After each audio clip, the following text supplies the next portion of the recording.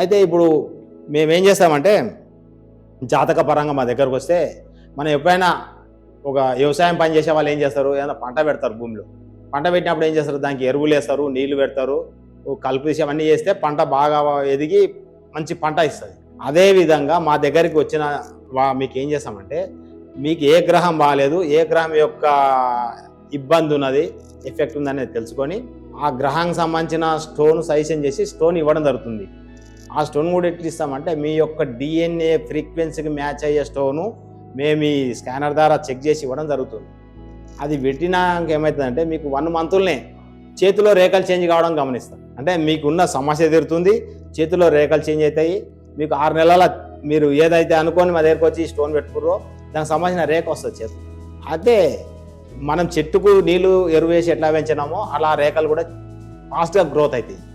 మన మామూలుగా మనం భూతాతం పెట్టి చూస్తే లోపలికి వెళ్ళి రేఖలు వస్తున్నట్టు మన కంటికి కనబడతాయి భూతాతంతో. అది బయటికి రానికే 9 నెలలు పడుతుంది. మనం ఇలా స్టోన్ పెట్టుకొని చేసేమైందంటే 1-2 మంత్స్లోనే ఆ రేఖ అనేది బయటికి వచ్చి స్పష్టంగా బయటికి కనబడుతుంది. ఎప్పుడైతే రేఖ స్పష్టంగా ఇట్లా బ్రాడ్గా కనబడుతుందో అది 100% ఫలితం ఇస్తుంది. సన్న వెంట్రుకల్లాగా కనబడితే మటుకు అది 6 నెలలు టైం పడుతుంది. అది బ్రాడ్గా కావడానికి మేము మీకు సంబంధించిన గ్రహం యొక్క ఫ్రీక్వెన్సీ స్టోన్లు ఇవ్వడం జరుగుతుంది.